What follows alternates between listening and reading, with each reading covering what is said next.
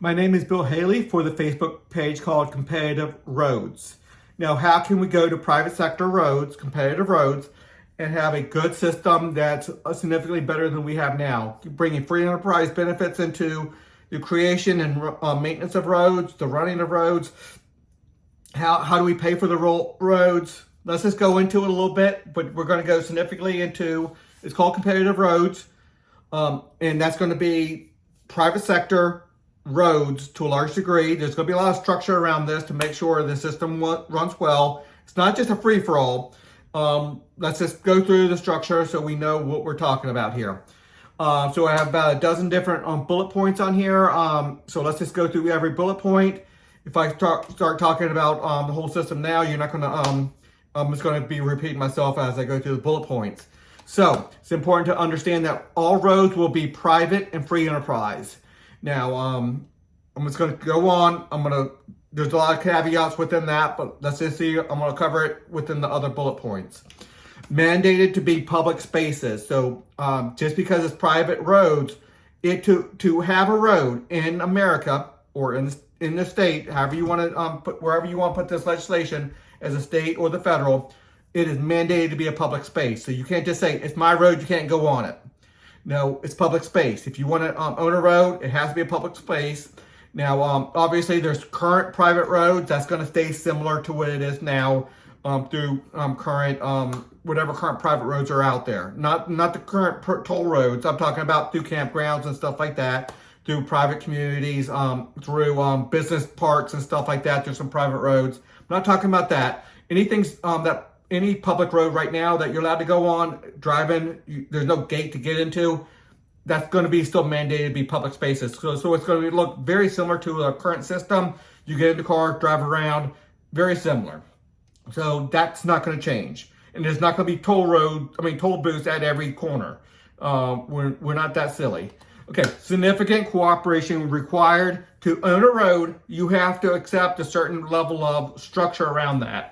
I don't want to call it necessarily regulations, but if you want to, I guess it works. But I don't like that word on this. It's a structure around it.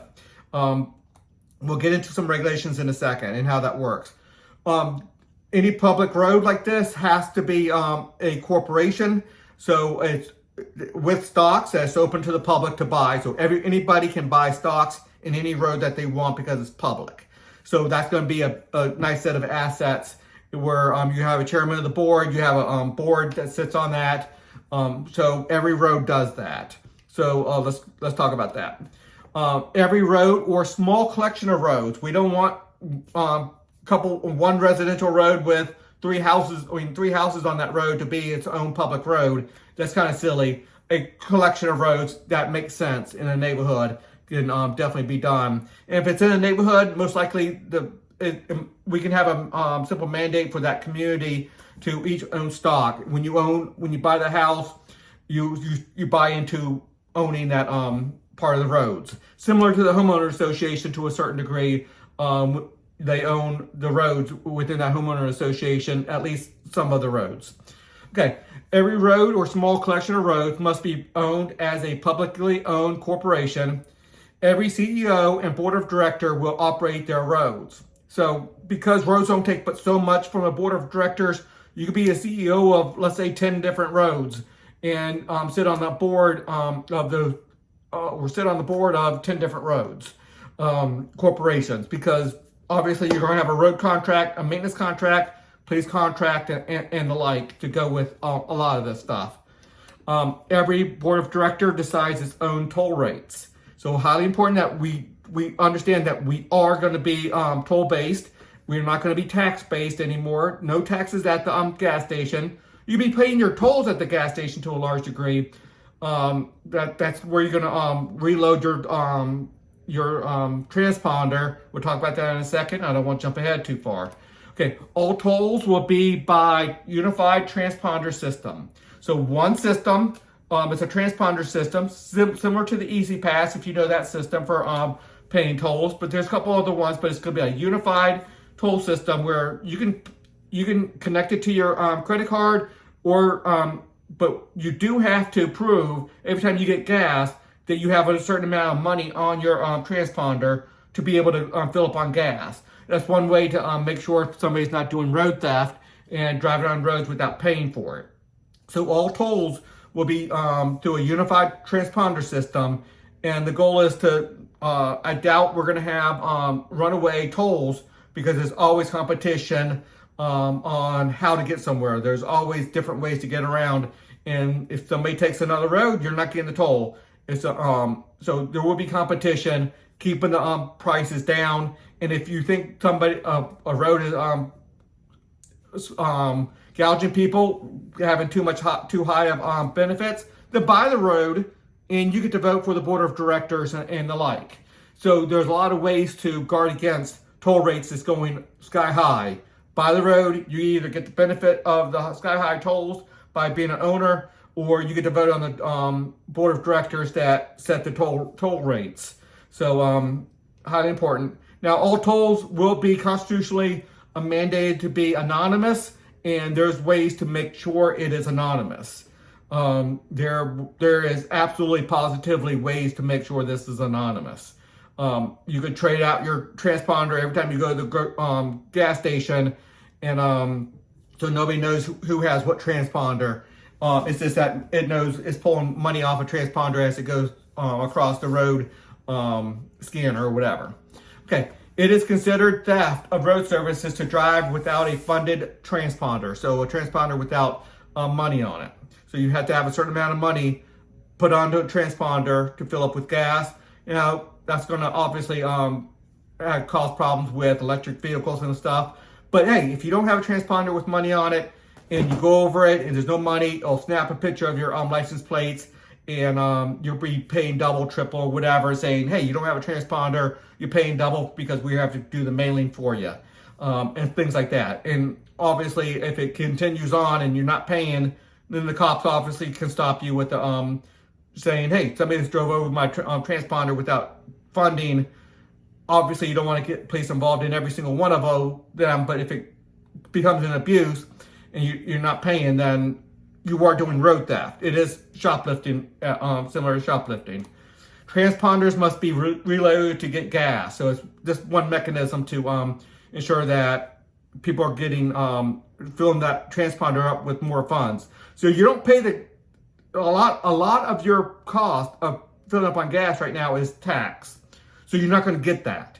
That's going to be reduced, but that's going to be replaced with reloading your transponder. So if you don't have money on your transponder, you don't get gas. Now, obviously, there's ways to get around that, but that's going to be a big part of ensuring that we don't have road theft. Most roads and sidewalks must be public places and not deny anyone usage. So just because it's your road, your corporation, you can't say, hey, I don't like people with red hair, they can't come on my road. Or I don't like somebody from California, they can't come on my road. Or whatever the case may be. Oh, you had a felony, you can't ride on my road. No. Now, they can say, no, you have to have a license to drive on my road, but that's more of a police business than your road. You get to manage your road, not with, you have to run it similar to what is done now. Obviously, you get to do your maintenance contract how you want to do it.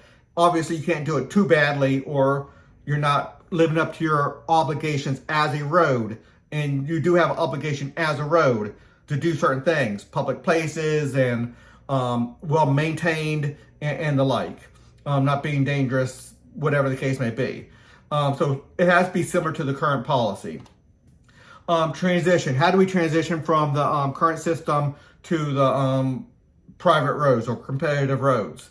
Okay, every road or small collection of roads that is owned by the military, owned by the current government, whether it's local, state, or federal, will be put into a new publicly traded corporation. So we'll create a new public corporation per road or a small group of roads.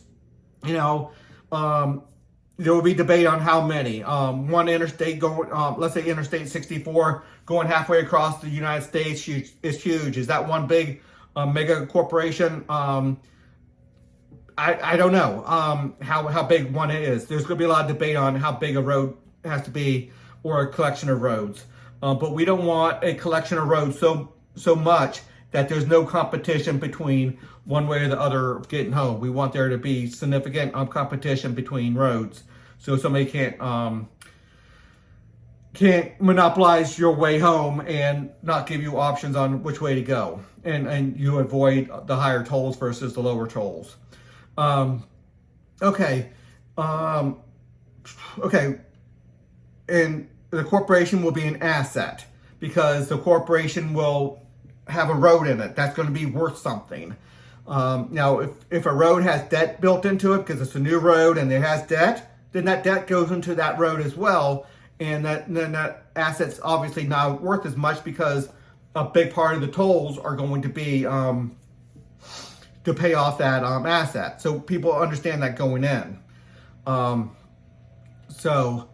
The government will own all the stocks because it's government road right now, and we're going to pay down the debt with that money. The government will sell off 1% of the stock monthly, so we are going to dollar cost average out, and we sell it out to the common market, out to the citizens or corporations that want to own roads. So hopefully the citizens are going to buy the roads that they buy stock in the roads that they use the most, so they can make sure it's beautified and make sure you get a board of directors that's going to keep the toll well, maintain it well, beautify it well, but not go so far and have the toll so high that you're going broke going down the road.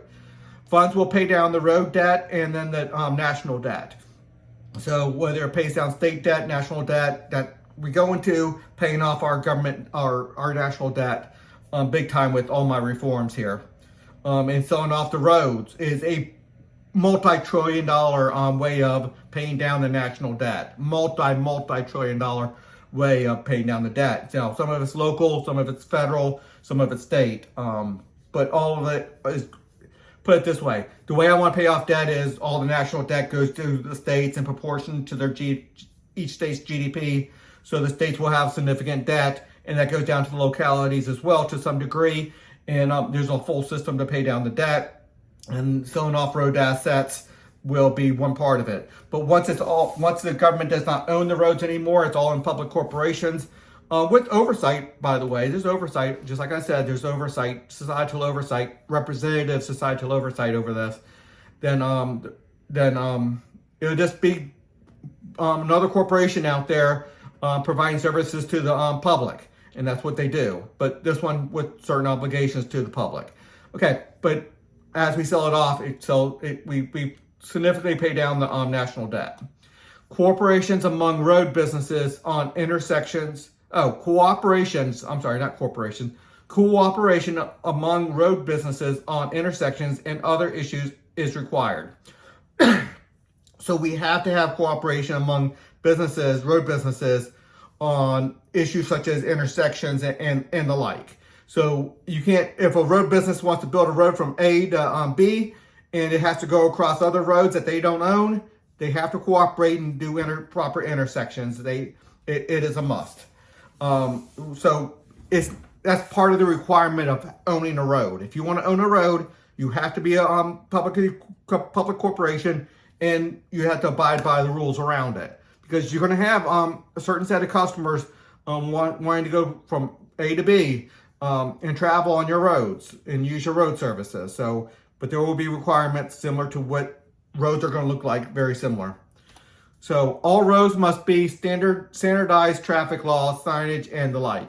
So just because you own a private road doesn't mean you can say red means go and green means stop, or triangle means to stop, and a octagon or whatever the shape of a stop sign is. What is it? I forget now. Forget it. I think it's 8-sided or 6-sided. That means something different. Road signage has to be standardized, so people know what's going on. You can't not just change it up because, hey, it's my road, I can do what I want to. No, we have to have standardized traffic laws, signage, and the like. So that's a must. That's part of the obligation of owning a road. A lot more to see on my Facebook page. To look through the 10 to 12 bullet points. But then I do have on my webpage, Haley2024.org, a much more expansive competitive road system that incorporates many more reforms, paying down the debt, competitive regulatory agencies, competitive rating systems, a lot of things built into the system. Until the next video.